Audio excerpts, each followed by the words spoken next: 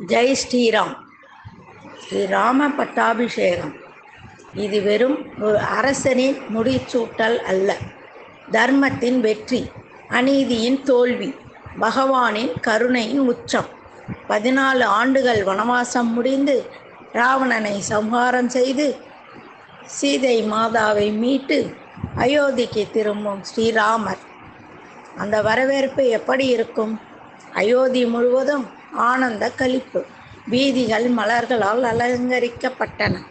எல்லோரும் ஜெய் ஸ்ரீராம் என்று முழங்கினர். அந்த நேரத்தில் பரதன் என்ன செய்தார்? அவர் அரசை ஏற்காமல் ராமரின் பாதுகையை வைத்து ஆட்சி செய்தார். அதுதான் உண்மையான பக்தி.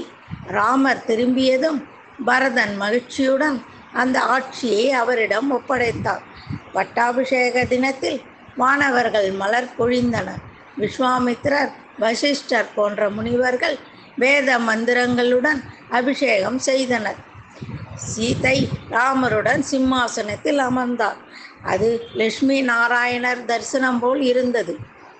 தர்மம் எப்போதும் வெல்லும். பொறுமையும் பக்தியும் இறுதியில் பலிக்கும்.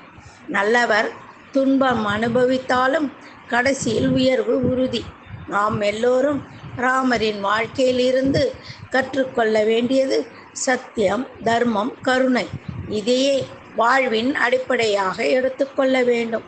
இன்று ஸ்ரீராம பட்டாபிஷேகத்தை நினைத்து நம் மனதில் ஒரு சிங்காசனம் அமைத்து அந்த இடத்தில் ராமரை வைத்து கொண்டு நம் வாழ்க்கை தானாகவே நல்ல பாதைக்கு சென்றுவிடும்.